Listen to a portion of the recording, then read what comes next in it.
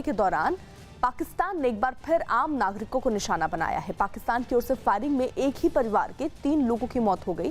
पाकिस्तान ने पुंछ के गुलपुर और खड़ी करमाडा सेक्टर में भारी गोलाबारी शुरू की और भारतीय सेना की चौकियों के साथ साथ रिहायशी इलाकों को भी निशाना बनाया।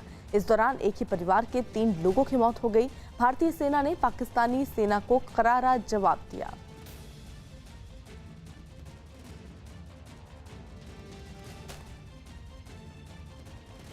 में नॉर्मल रूटीन में जो खाना बना रहे थे तो उसी टाइम जो है क्रॉस शेलिंग से जो है उनकी जाने जो है वो ऑन स्पॉट उधर ही डेथ हो गई है। पहले भी हमने 12 एडमिनिस्ट्रेशन को यही बोला था कि जो भी आप मतलब फायरिंग का जो सिलसिला है ये तो हमने 15-20 साल से ऐसे ही चलता आ रहा है।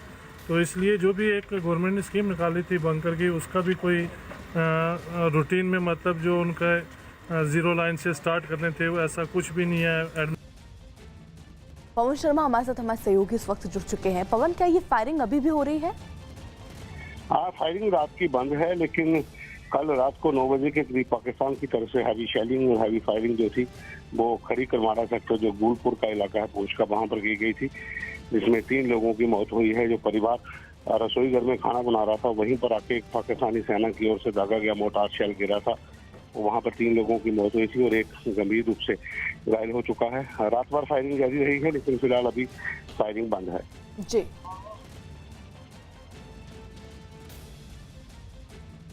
कानपुर कांड के मुख्य आरोपी विकास दुबे ने अपने गांव के पास की एक सरकारी जमीन पर कब्जा करने के लिए वहां एक खुदाई करने वाली मशीन काम पर लगवाई थी। इसी खुदाई करने वाली मशीन का इस्तेमाल 2 जुलाई की रात पुलिस वालों पर हमले से पहले उनका रास्ता रोकने के लिए किया गया था। लेकिन हमले वाली रात से पहले यह मशीन वहां एक सरकारी जमीन पर लगे पेड़ों को हटाने और जमीन को समतल करने का काम कर रही थी। बताया गया कि विकास दुबे लंबे वक्त से उस सरकारी जमीन पर अवैध तरीके से काम करवा रहा था। इसी में जैसे 1.5-2 महीने से हो रहा है काम। ग्राम समाज की जमीन। ये जानकारी भी सामने आई कि सरकारी जमीन पर कब्जे की खबर पुलिस को भी दी गई थी, लेकिन आरोप है कि पुलिस ने उस वक्त विकास दुबे के खिलाफ कार्रवाई नहीं की। अवैध रूप से यहाँ पूरा काम हो रहा था। ग्रामीणों ने कई बार इसका विरोध भी किया और पुलिस में रिपोर्ट भी लिखाई, मगर उसके बावजूद भी कुछ नहीं हुआ और ये चलते रहा। इस बीच कानपुर कांड की जांच के सिलसिले में पुलिस की एक टीम फिर से विकास दुबे के गांव बिकरू पहुंची।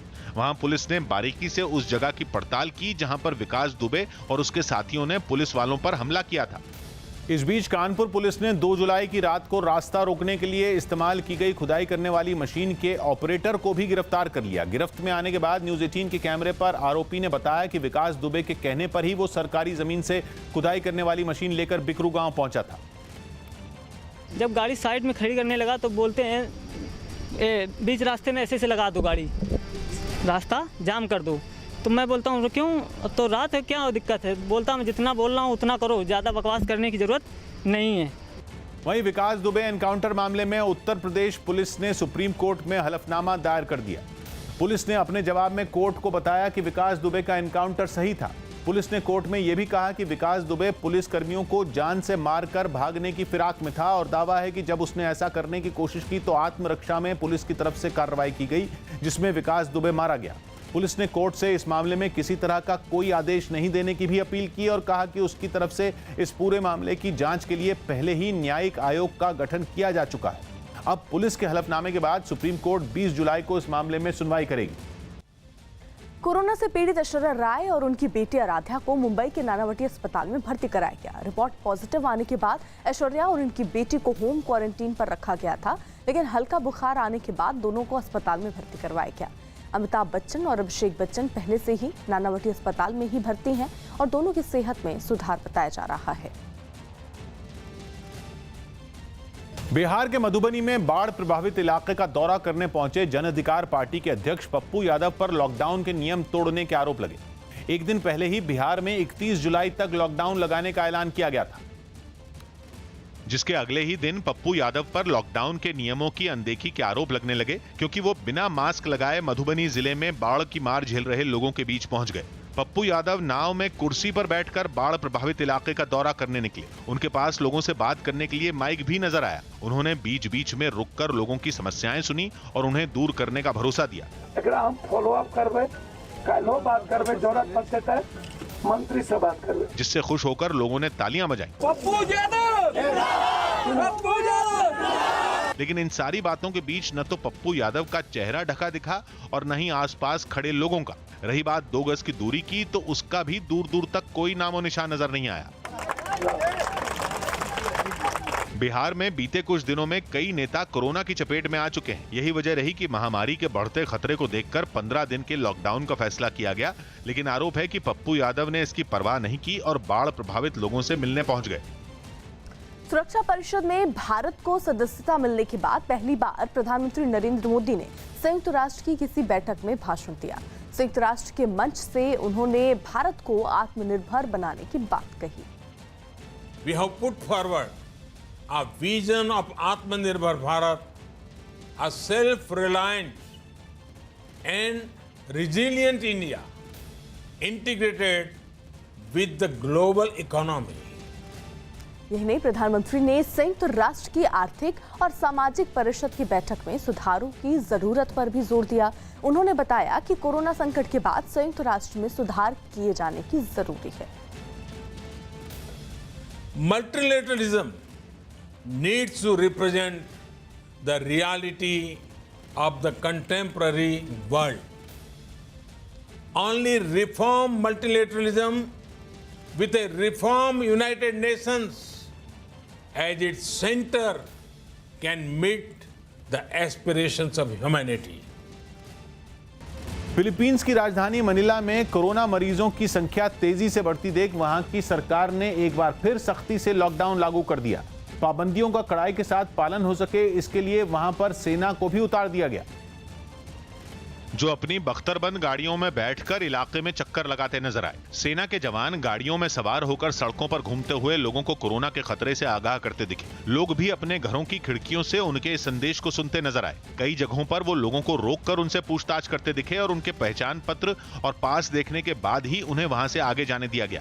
इसके लिए उन्होंने कुछ ऐसे रास्ते चुने जहां से लोगों का आना जाना ज्यादा रहता है, ताकि ज्यादा से ज्यादा लोगों को बाहर निकलने और इस खतरनाक बीमारी को फैलने से रोका जा सके। गली मोहल्लों में भी घूमकर वो लोगों को घरों में भेजते दिखे। जम्मू कश्मीर के शोपियां में सुरक्षा बल ने 4 आतंकियों को मुठभेड़ में मार गिराया। सुरक्षा बल को एक गांव में आतंकियों के छिपे होने की खबर मिली थी। रिफत अब्दुल्ला हमारे साथ हमारे सहयोगी इस वक्त जुड़ चुके हैं। रिफत, क्या जानकारी? 4 आतंकी ढेर हुए हैं? जी अर्पिता, जिस तरीके से पहले खबर आई थी कि 3 मिलिटेंट मारे गए, अब 4 मिलिटेंट के मारे जाने की खबर आ रही है। तो कुल मिला के 24 घंटे में 7 मिलिटेंट मारे गए साउथ कश्मीर में, क्योंकि कल 3 मिलिटेंट मारे गए थे कुलगाम में। और अभी जो खबर आ रही है कि 4 मिलिटेंट जो अमशीपोरा है शोपियां में, जहां पे रात को कॉर्डिनेशन सर्च ऑपरेशन शुरू किया गया था, मुठभेड़ अर्ली इन द मॉर्निंग शुरू हुई। 5:10 के करीब जो है फायरिंग शुरू हुई और अभी लगातार ऑपरेशन जारी है। लेकिन 4 मिलिटेंटों के मारे जाने की खबर आ रही है और काफी सारा सामान भी अभी रिकवर होने की इतला मिल रही है। अभी क्योंकि ऑपरेशन जारी है, अभी कॉर्डन लगातार जारी है। क्या कुछ और मिलिटेंट हो सकते हैं, ये क्या पाना मुश्किल है, लेकिन 4 मिलिटेंटों के मारे जाने की खबर आ रही है। यानी रिफत, ये ऑपरेशन अभी भी चल रहा है और ऐसा कहा जा सकता है कि और आतंकी हो सकते हैं इलाके में? देखिए, संभावना हो सकती है, क्योंकि अभी जिस तरीके से 4 मिलिटेंट मारे गए, हो सकता है कि बड़ा ग्रुप होता मिलिटेंटों का, जिसकी स्पेसिफिक इन्फॉर्मेशन जो है सुरक्षा बलों को मिली। आर्मी, सीआरपीएफ और पुलिस ज्वाइंट ऑपरेशन अंजाम दे रही है लगातार। और जिस तरीके से मैं पहले भी कह रहा था कि साउथ कश्मीर में आए दिन जो है कोऑर्डिनेशन सर्च ऑपरेशन शुरू किए जाते हैं, एनकाउंटर होते हैं। और आज भी ऐसा ही हुआ कि रात के दौरान ही कोऑर्डिनेशन सर्च ऑपरेशन शुरू किया गया, क्योंकि स्पेसिफिक इन्फॉर्मेशन मिल रही है लगातार सुरक्षा बलों को। यही वजह है कि उसके बाद ही कोऑर्डिनेशन सर्च ऑपरेशन शुरू किए जाते हैं। कुछ ही ऐसे स्पॉट्स होते हैं जहां पे मिलिटेंटों को भागने का मौका मिलता है, लेकिन स्पेसिफिक इन्फॉर्मेशन मिलने के बाद मल्टीलेयर कॉर्डन किया जाता है, कॉर्डन 1, 2, 3, ताकि कहीं से भी मिलिटेंटों को भागने का मौका नहीं मिले। और उसके बाद ही फायरिंग का सिलसिला शुरू। हालांकि कई जगहों पे जो है सुरक्षा बल अनाउंसमेंट भी करते हैं और मिलिटेंटों को कहा जाता है कि वो सरेंडर करें, लेकिन सरेंडर अक्सर मिलिटेंट नहीं कर रहे हैं। उसके बाद मुठभेड़ शुरू हो जाती है, जिसमें मिलिटेंट मारे जा रहे हैं। अभी जैसा मैंने कहा कि 24 घंटे में 7 मिलिटेंट मारे गए। कल 3 मिलिटेंट मारे गए थे कुलगाम के एक फॉरेस्ट एरिया में मुठभेड़ हुई थी, और अभी 4 मिलिटेंट अमशीपोरा शोपियां में मारे गए हैं। तो अभी तकरीबन 1 जनवरी से लेके अभी तक तकरीबन 137 यानी 137 मिलिटेंट जो हैं वो मारे जा चुके हैं। तो ये कहा जा सकता है कि लगातार जो है ऑपरेशन जारी होने की वजह से मिलिटेंट मारे जा रहे हैं। जी। उत्तराखंड में केदारनाथ धाम जाने वाले रुद्रप्रयाग गौरीकुंड हाईवे पर पहाड़ खिसकने से लोग दहशत से भर गए। राज्य में मानसून की लगातार हो रही भारी बारिश की वजह से कई जगहों से इस तरह की घटनाएं सामने आ रही हैं। और ऐसी ही एक तस्वीर रुद्रप्रयाग जिले से सामने आई, जहां पहाड़ का एक बड़ा हिस्सा टूटकर केदारनाथ धाम जाने वाले रुद्रप्रयाग गौरीकुंड हाईवे पर आ गया। पहले पहाड़ से छोटे छोटे पत्थर गिरते दिखाई दिए, लेकिन थोड़ी देर बाद पहाड़ का एक बड़ा हिस्सा अपनी जगह से खिसककर हाईवे पर गिरने लगा। पहाड़ से आने वाले मलबे के साथ कई पेड़ भी अपनी जगह से उखड़कर सड़क पर गिरते नजर आए। पहाड़ खिसकने की इस घटना के बाद केदारनाथ जाने वाला हाईवे पूरी तरह से बंद हो गया, जिसकी वजह से वहां गाड़ियों की लंबी लंबी कतारें लग गईं।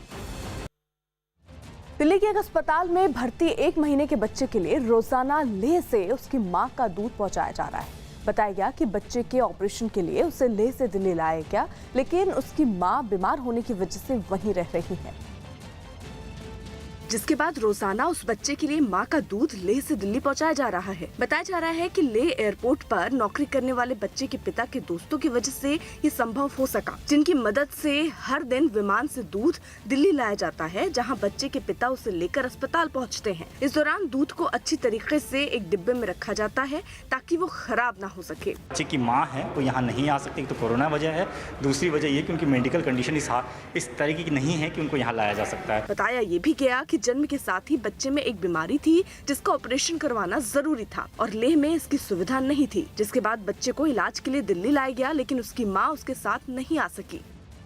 जम्मू कश्मीर के गांदरबल में पहाड़ खिसकने से एक 4 मंजिला इमारत के गिरने का डरा देने वाला वीडियो सामने आया। इस घटना के बाद इलाके में दहशत का माहौल बन गया। डरे सहमे लोग अपने घरों से निकलकर बाहर आ गए। लेकिन इसके बाद जो घटना हुई उससे पूरा इलाका सहम उठा। वहां से सामने आई एक तस्वीर में एक 4 मंजिला इमारत देखते ही देखते मलबे में तब्दील हो गई।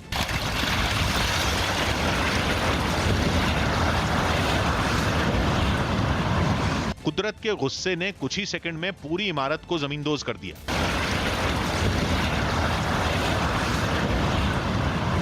इमारत में फंसे लोगों को भागकर अपनी जान बचाते हुए भी देखा गया। इमारत में 20 से ज्यादा दुकानें थीं और कई परिवार भी उसमें रहते थे, जो हादसे की चपेट में आने से बाल बाल बच गए। इस घटना के बाद श्रीनगर लेह हाईवे ठप हो गया, जिससे वहां लंबा जाम लग गया। हालांकि मलबा हटाने के लिए प्रशासन की तरफ से युद्ध स्तर पर काम किया गया। मुंबई के एक अस्पताल में शिवसेना नेता नितिन नंदगावकर ने जमकर हंगामा किया। आरोप है कि एक आदमी का शव उसके घर वालों को देने के लिए अस्पताल प्रशासन ज्यादा पैसों की मांग कर रहा था, जिसकी खबर मिलने के बाद शिवसेना के नेता अपने समर्थकों के साथ अस्पताल पहुंच गए, जहां उन्होंने जमकर हंगामा किया। अस्पताल के कर्मचारियों के साथ उन्होंने वहां के अधिकारियों पर भी अपनी भड़ास निकाली। हालांकि अस्पताल प्रशासन ने उन्हें मनाने की खूब कोशिश भी की, लेकिन उनका गुस्सा शांत नहीं हुआ। अस्पताल में हुए इस हंगामे को उन्होंने सही भी ठहराया। पुलिस क्या कार्रवाई करती है, सरकार अपनी जगह पे कानूनी कार्रवाई जो है हॉस्पिटल के ऊपर वो करती रहेगी। मेरा फर्ज बनता है शिव सैनिक के नाते, वो मैं पहले अदा करूंगा। बताया गया कि अस्पताल में कोरोना का इलाज करा रहे एक आदमी की मौत हो गई थी, लेकिन जब घरवाले उसके शव को ले जाने लगे तो अस्पताल कर्मचारियों ने उन्हें ज्यादा पैसों के लिए रोक दिया था। कोरोना संकट के बीच कोलकाता में पहला दुर्गा पंडाल बनना शुरू हो गया। वैसे तो इस बार पंडाल बनाने का काम करीब 1 महीने की देरी से शुरू हुआ, लेकिन उम्मीद की जा रही है कि अब बाकी पंडालों का काम भी शुरू हो जाएगा। हालांकि काम में तेजी की जरूरत के बावजूद पंडाल बनाने के दौरान कोरोना से बचाव के नियमों से समझौता नहीं किया जा रहा।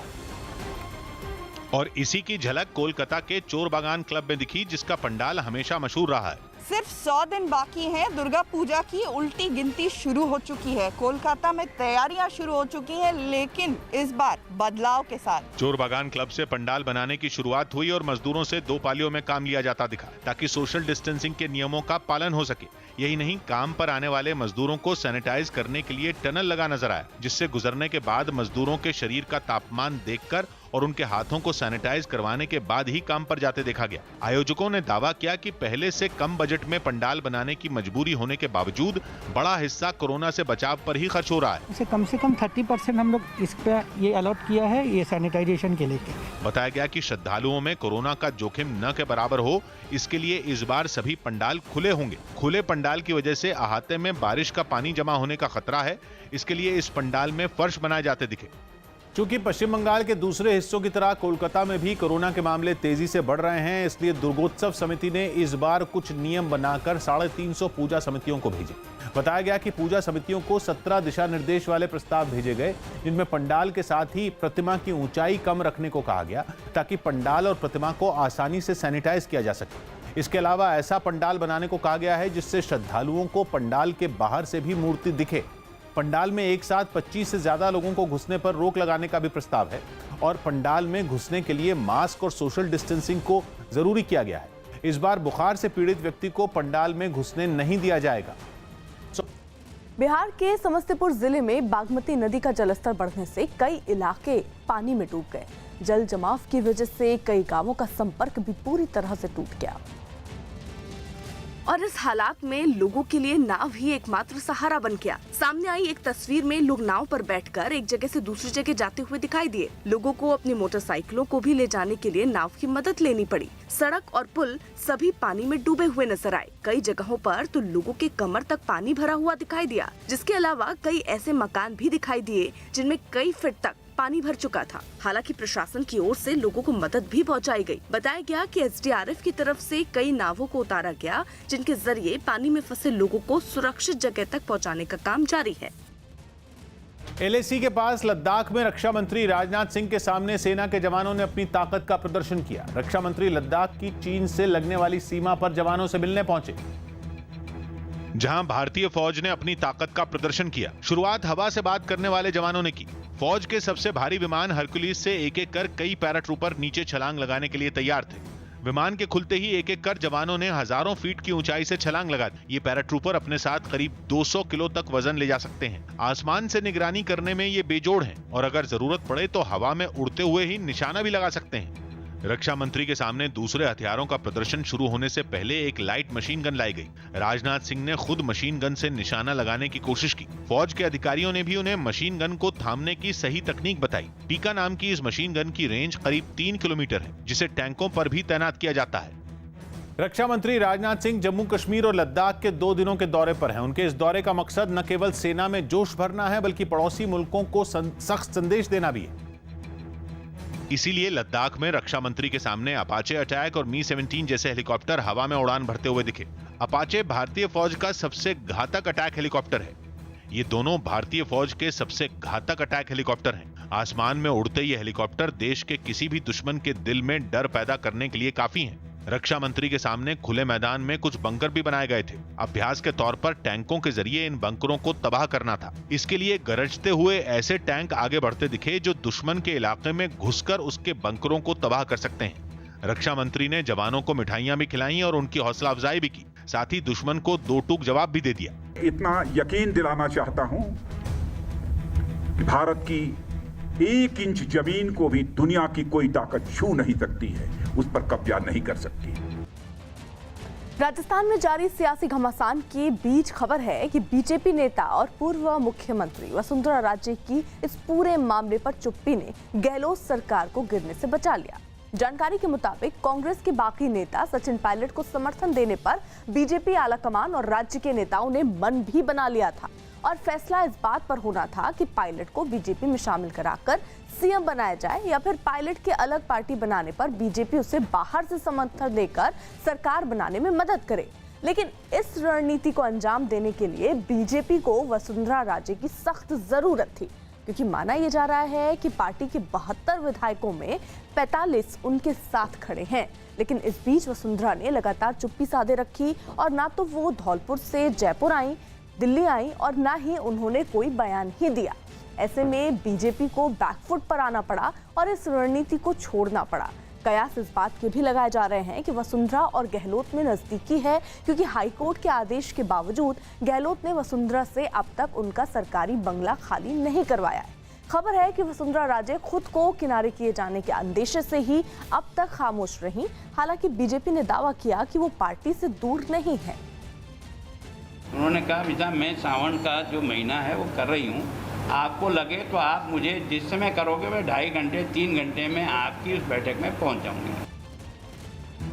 कोरोना का टीका बनाने के लिए जारी होड़ के बीच रूस पर दूसरे देशों की वैक्सीन से जुड़ी रिसर्च चुराने का आरोप लगा है। News18.com की रिपोर्ट के मुताबिक ब्रिटेन ने रूस के हैकर्स पर कोरोना के टीके से जुड़ी उनकी रिसर्च चुराने की कोशिश का आरोप लगाया है।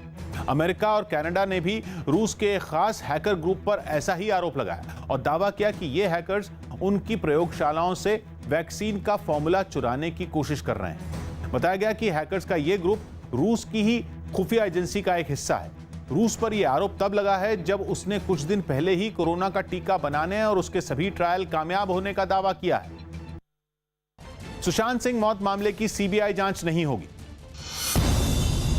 महाराष्ट्र सरकार ने सुशांत मौत मामले में सीबीआई जांच करवाने से इनकार कर दिया और बताया कि पुलिस सही तरीके से जांच कर रही है। इससे पहले सुशांत की दोस्त रिया चक्रवर्ती और बीजेपी नेता सुब्रमण्यम स्वामी ने सीबीआई जांच की मांग की थी।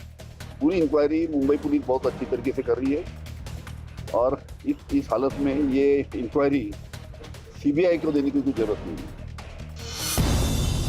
बिहार के भागलपुर रेलवे स्टेशन पर कोरोना मरीजों के इलाज के लिए 9 डिब्बों वाली एक ट्रेन खड़ी कर दी गई। राज्य में कोरोना के मामले बढ़ने के बाद नीतीश सरकार ने रेलवे से इस ट्रेन की मांग की थी। रेलवे अब तक देश भर में 36 स्टेशनों पर कोरोना ट्रेन भेज चुका है। रेलवे ने देश भर के 36 स्टेशनों पर फिलहाल करीब 1000 कोविड कोचेज प्लेस किए हैं और उनमें करीब 13,000 पेशेंट्स का इलाज किया जा सकता है। हरियाणा के रोहतक में एक गांव में बाइक पर आए 2 बदमाशों ने सरपंच की गोली मारकर हत्या कर दी। पुलिस ने चुनाव की रंजिश में इस हत्या का शक जताया। अज्ञात लड़कों ने मोटरसाइकिल पर सवार उनके घर में आए थे, घर में घुसकर गोली मारी है और अज्ञात के खिलाफ मामला दर्ज कर लिया है। दिल्ली की तिलक नगर पुलिस ने सब्जी मंडी में मास्क और जरूरी दूरी का पालन नहीं करने पर कुछ लोगों के चालान काटे। पुलिस ने मंडी में आए कारोबारियों और दूसरे लोगों को कोरोना से बचने के लिए जागरूक भी किया। बहुत अच्छा रहा है, लोग इसका पालन करेंगे, सोशल डिस्टेंसिंग रखेंगे और पुलिस बहुत ही अच्छा काम कर रही है। उत्तराखंड के उत्तरकाशी में नदी में अचानक पानी बढ़ने से यात्रियों से भरी एक गाड़ी वहां फंस गई। बताया गया कि बारिश की वजह से सड़क बंद होने के बाद ये लोग नदी पार कर दूसरी तरफ जाने की कोशिश में थे, लेकिन अचानक पानी बढ़ने से गाड़ी समेत करीब 8 से 10 लोग वहीं फंस गए और मदद का इंतजार करने लगे। नदी में फंसे यात्रियों को देख आसपास के कई लोग वहां पहुंच गए, लेकिन नदी का बहाव इतना तेज था कि उसे पार कर यात्रियों तक पहुंचना इतना आसान नहीं था। हालांकि इसके बावजूद कुछ लोग हिम्मत जुटाकर यात्रियों तक पहुंच गए और उन्हें एक-एक कर नदी से सुरक्षित बाहर निकाल लिया। इटली की सिसिली में अचानक आई बाढ़ में कई लोग फंस गए। वहां एक तूफान की वजह से जोरदार बारिश शुरू हो गई और देखते ही देखते सड़कों पर सैलाब बहने लगा। सड़कें पहाड़ी नदियों की तरह दिखने लगी। पानी का बहाव इतना तेज था कि वो कई गाड़ियों को भी साथ ले गया। कई छोटी बड़ी गाड़ियां सैलाब में बहती नजर आईं। सबसे खराब हालात एक अंडरपास में नजर आए। वहां खड़ी तमाम गाड़ियां अचानक आई बाढ़ की चपेट में आ गईं। ज्यादातर गाड़ियां पानी और मलबे में पूरी तरह डूब गईं। कईयों की तो सिर्फ छतें ही नजर आईं। इन गाड़ियों में सवार कुछ लोगों को तो बाहर निकलने का भी मौका नहीं मिला। कई लोग तो तैर कर बाहर निकले और उन्होंने अपनी जान बचाई। बाद में राहत बचाव की टीमें पहुंची और वहां फंसे लोगों की तलाश शुरू की गई। लखनऊ में मां बेटी ने खुद को जिंदा जलाने की कोशिश की। लखनऊ में लोक भवन के सामने दबंगों से परेशान होकर एक मां बेटी ने खुद को जिंदा जलाने की कोशिश की। पुलिस ने वक्त रहते दोनों को बचा लिया। लखनऊ पुलिस ने तत्परता से कार्रवाई करते हुए एक महिला को तो पूरी तरह से जलने से बचा लिया, दूसरी थोड़ी गंभीर हालत में आई है। लखनऊ में 2 महिलाओं की खुद को जिंदा जलाने की घटना पर यूपी के पूर्व सीएम अखिलेश यादव ने दुख जताते हुए मौजूदा सरकार पर निशाना साधा। यूपी के झांसी में एक चलती कार में अचानक आग लग गई। हादसे में कार जलकर राख हो गई। राजस्थान के बांसवाड़ा में तेज बारिश के बाद सड़क पर कई फीट तक पानी भर गया। बिहार के मधुबनी में बारिश के बाद जगह जगह जल जमाव से लोगों की मुश्किलें बढ़ी। यूपी के बिजनौर में तेज रफ्तार बाइक की ट्रक से टक्कर में 2 बाइक सवारों की मौत हो गई। एमपी के श्योपुर में अवैध खनन के खिलाफ कार्रवाई करने पर कुछ बदमाश पुलिस वाले से भिड़ गए। मुंबई में पुलिस ने गाड़ियों की चोरी के आरोप में एक आदमी को गिरफ्तार किया और उसके पास से कई गाड़ियां बरामद की। बिहार के गया में बदमाशों ने 10 लाख रुपए ना देने पर एक बिल्डर को अगवा करने की धमकी दी। बिल्डर की शिकायत पर पुलिस ने मामले की जांच शुरू की। अमेरिका की एक कंपनी ने घर का कामकाज करने वाला एक रोबोट बनाया। वैसे तो दुनिया के कई देशों में इस तरह के रोबोट पहले ही बाजार में मौजूद हैं, लेकिन कंपनी का दावा है कि ये रोबोट्स की दुनिया की तस्वीर ही बदल देगा। क्योंकि घर का काम करना इस रोबोट के लिए बाएं हाथ का खेल है। वीडियो में ये रोबोट सोफा साफ करता नजर आया। चुटकी बजाते ही इसने टेबल भी साफ कर दी और तो और बड़ी ही आसानी से वॉशिंग मशीन से कपड़े निकालकर टोकरी में भी रख दिए। काम करने का ऐसा अंदाज मानो कोई इंसान ही हाथ चला रहा हो। पौधों में पानी देना हो या सामान समेटना हो, ये रोबोट सब कुछ कर सकता है। और सिर्फ घर का काम ही नहीं, एक तस्वीर में तो ये बच्चों का दोस्त बनकर उनके साथ खेलता हुआ भी नजर आया। ये रोबोट मालिक की खिदमत में भी हमेशा हाजिर रहता है। 3D कैमरे से लैस ये रोबोट चीजों से टकराए बिना घर में आसानी से इधर उधर घूम फिर सकता है। इस रोबोट की पकड़ इतनी शानदार है कि इसके चंगुल में रखी बॉल को कुत्ता तक नहीं छीन पाया। ये अलग अलग आकार, साइज और वजन की चीजें भी उठा सकता है। संयुक्त राष्ट्र के मंच से बोलते हुए पीएम मोदी ने कहा कि भारत में कोरोना के खिलाफ लड़ाई को जन आंदोलन बनाया गया। In the fight against COVID, our grassroots health system is helping India ensure one of the best recovery rates in the world. In India, we have tried to make the fight against the pandemic a people's movement. संयुक्त राष्ट्र की आर्थिक और सामाजिक परिषद को संबोधित करते हुए पीएम ने कहा कि सबका साथ और सबका विकास का मंत्र सही है। We know that if India succeeds in achieving its development objectives, it will go a long way in achievement of global goals. Our motto is सबका साथ, सबका विकास, सबका विश्वास। नेपाल में आई बाढ़ से जूझते उत्तर बिहार के जिलों में हालात काफी बिगड़ गए। आरोप है कि प्रभावित जिलों में प्रशासन की तरफ से बाढ़ पीड़ितों की मदद के लिए जरूरी कदम भी नहीं उठाए गए, जिसकी एक झलक अररिया में दिखी, जहां परमान नदी में आई बाढ़ से सैकड़ों गांवों का संपर्क टूट गया। वहां से सामने आई एक तस्वीर में नाव नहीं होने की वजह से लोग जान जोखिम में डालकर नदी के ऊपर से गुजरने को मजबूर दिखे। हम अभी मौजूद हैं अररिया जिले से फॉरबिसगंज तक जाने वाली सड़क पर, जिस पर 3 फीट से ज्यादा पानी आ गया है, जिसके चलते लोगों को काफी परेशानियों का सामना करना पड़ रहा है। कुछ इसी तरह के हालात सीतामढ़ी में भी देखने को मिले। वहां से सामने आई तस्वीरों में लोग नाव नहीं होने की वजह से गर्दन तक डूबकर सुरक्षित इलाकों में जाने की कोशिश करते दिखाई दिए। कोई साधन नहीं है, क्या करे, डूबते हैं, जाते हैं। 500 से ऊपर का बस्ती है। रात को अगर तबीयत खराब हो जाएगा, इमरजेंसी होगा, हम लोग कैसे लाएंगे। मुजफ्फरपुर में भी बागमती नदी के कटाव की वजह से बाढ़ ने सैकड़ों गांवों को अपनी चपेट में ले लिया। असम के कांजीरंगा नेशनल पार्क में एक बाघ को जंगल में वापस छोड़ दिया गया। जैसे ही पिंजरा खुला, बाघ तुरंत उठा और दहाड़ते हुए जंगल की तरफ दौड़ गया। ये बाघ कांजीरंगा नेशनल पार्क में बाढ़ आने के बाद रिहायशी इलाके में चला गया था, जिसके बाद वन विभाग के अधिकारियों ने उसे पकड़ा और फिर बाघ की सेहत की जांच करने के बाद उसे वापस नेशनल पार्क में छोड़ दिया गया। असम के कांजीरंगा नेशनल पार्क में बाढ़ की वजह से 60 से ज्यादा जानवर मारे जा चुके हैं। मध्य प्रदेश के मंदसौर में शिवराज सरकार में मंत्री हरदीप सिंह डंग के जनसंपर्क कार्यक्रम के दौरान बीजेपी और कांग्रेस के कार्यकर्ता आपस में भिड़ गए। हरदीप सिंह डंग पहले मंदसौर के सुवासरा से कांग्रेस के विधायक थे, लेकिन पार्टी से इस्तीफा देने के बाद वो बीजेपी में शामिल हो गए थे और शिवराज सरकार में मंत्री बनने के बाद वो पहली बार मंदसौर में जनसंपर्क यात्रा के लिए पहुंचे, जहां उन्हें कांग्रेस कार्यकर्ताओं के विरोध का सामना करना पड़ा। काले मास्क लगाए कांग्रेस कार्यकर्ताओं ने उनकी जनसंपर्क यात्रा को रोकने की कोशिश की तो बीजेपी वालों ने भी नारेबाजी तेज कर दी। इसी हंगामे के बीच बीजेपी और कांग्रेस के कुछ कार्यकर्ताओं में हल्की हाथापाई भी हुई। कुछ ही देर में पुलिस ने कांग्रेस कार्यकर्ताओं को भीड़ से दूर किया और हंगामा न करने की नसीहत दी। इसी दौरान कुछ लोगों की पुलिस से गर्मागर्म बहस हो गई। कुछ प्रदर्शनकारी तो आसानी से मान गए, लेकिन समझाने के बावजूद हंगामा कर रहे लोगों को पुलिस ने वहां से जबरन खदेड़ दिया। हंगामे को शांत करवाने के लिए पुलिस को काफी देर तक पसीना बहाना पड़ा। मध्य प्रदेश के श्योपुर में रेत के अवैध खनन से जुड़े कुछ लोगों ने पुलिस की टीम पर हमला करने का एक वीडियो वायरल हो गया। वीडियो में एक बदमाश पुलिस वाले से भिड़ता हुआ नजर आया। वो पुलिस वाले को मारने के लिए आगे भी बढ़ा, लेकिन दूसरे पुलिस वाले ने उसे रोक लिया। वो उसे समझाते हुए दूर ले गया, लेकिन बदमाश फिर मुड़ा और उसने पुलिस वाले को ऐसा थप्पड़ मारा कि वो जमीन पर ही गिर गया। इसके बाद सड़क से रेत की कई ट्रॉलियां गुजरती दिखी और पुलिस कुछ नहीं कर पाई। बताया गया कि चेकिंग के लिए पुलिस वाले सड़क पर तैनात थे। इस बीच रेत से भरी ट्रॉलियों के वहां से गुजरने पर कुछ कहासुनी हुई और बदमाश पुलिस पर ही सवार हो गए। और आरोपियों को भी चिन्हित किया गया है। इसमें से ये लोग मुरैना जिले के टेकरा थाने के रहने वाले बताए जा रहे हैं, जिनकी गिरफ्तारी के लिए पुलिस टीमें रवाना है और जल्दी हम गिरफ्तार करके सख्त कार्रवाई करेंगे। निजी अस्पतालों की मनमानी पर रोक लगाने के मकसद से पंजाब सरकार ने भी निजी अस्पतालों में कोरोना मरीजों के इलाज के दाम तय कर दिए। पंजाब सरकार ने वहां के सभी निजी अस्पतालों को 3 श्रेणियों में बांटा और उसी के हिसाब से उनमें इलाज की रकम तय की। बिना वेंटिलेटर वाले आइसोलेशन वार्ड की फीस 10,000 रुपए तय की गई, जबकि बाकी निजी अस्पतालों में कोरोना मरीजों के इलाज के लिए 9,000 रुपए तक की फीस तय की गई। इसके अलावा गैर मान्यता प्राप्त अस्पतालों में भी इलाज के लिए 8,000 रुपए की फीस तय की गई। इसके अलावा कोरोना के गंभीर मरीजों के इलाज के लिए पंजाब सरकार ने अलग से रकम तय की, लेकिन अकाली दल ने पंजाब सरकार के इस फैसले को निजी अस्पतालों को फायदा पहुंचाने वाला बता दिया।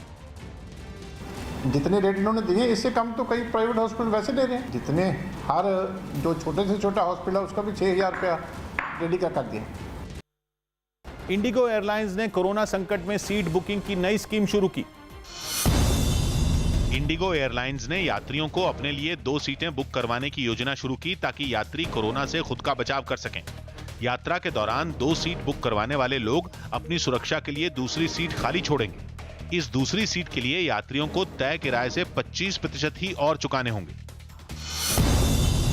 रियल मैड्रिड ने 34वीं बार Spanish La Liga football tournament का खिताब जीत लिया। रियल मैड्रिड ने वियारियल क्लब को 2-1 से मात दी और एक मैच बाकी रहते हुए बार्सिलोना से 7 अंकों की बढ़त बनाकर यह टूर्नामेंट अपने नाम कर लिया। राज्यसभा के नए सांसदों को 22 जुलाई को शपथ दिलवाई जाएगी। राज्यसभा अध्यक्ष वेंकैया नायडू के कमरे में शपथ ग्रहण कार्यक्रम आयोजित किया जाएगा। कोरोना संकट के बीच वहां यह पहला शपथ ग्रहण कार्यक्रम होगा और इसमें नए राज्यसभा सांसदों के परिवारों के एक सदस्य को ही वहां शामिल होने की इजाजत दी जाएगी। सुप्रीम कोर्ट ने उस याचिका को खारिज कर दिया जिसमें वकीलों के साथ काम करने वाले क्लर्कों ने सरकार से 15,000 रुपए महीने की मदद देने की मांग की थी। याचिका में लॉकडाउन की वजह से आई परेशानी को देखते हुए मदद की अपील की गई थी, लेकिन कोर्ट ने साफ किया कि ऐसे तो हर आदमी मदद मांगने आ जाएगा। देश के पहले पैरा बैडमिंटन खिलाड़ी रमेश टीकाराम की कोरोना से मौत हो गई। वे 51 साल के थे। खेल मंत्री किरेन रिजिजू समेत कई हस्तियों ने उन्हें श्रद्धांजलि दी। रमेश टीकाराम को 2002 में अर्जुन अवार्ड भी दिया गया था। आज की ताजा खबर जारी है।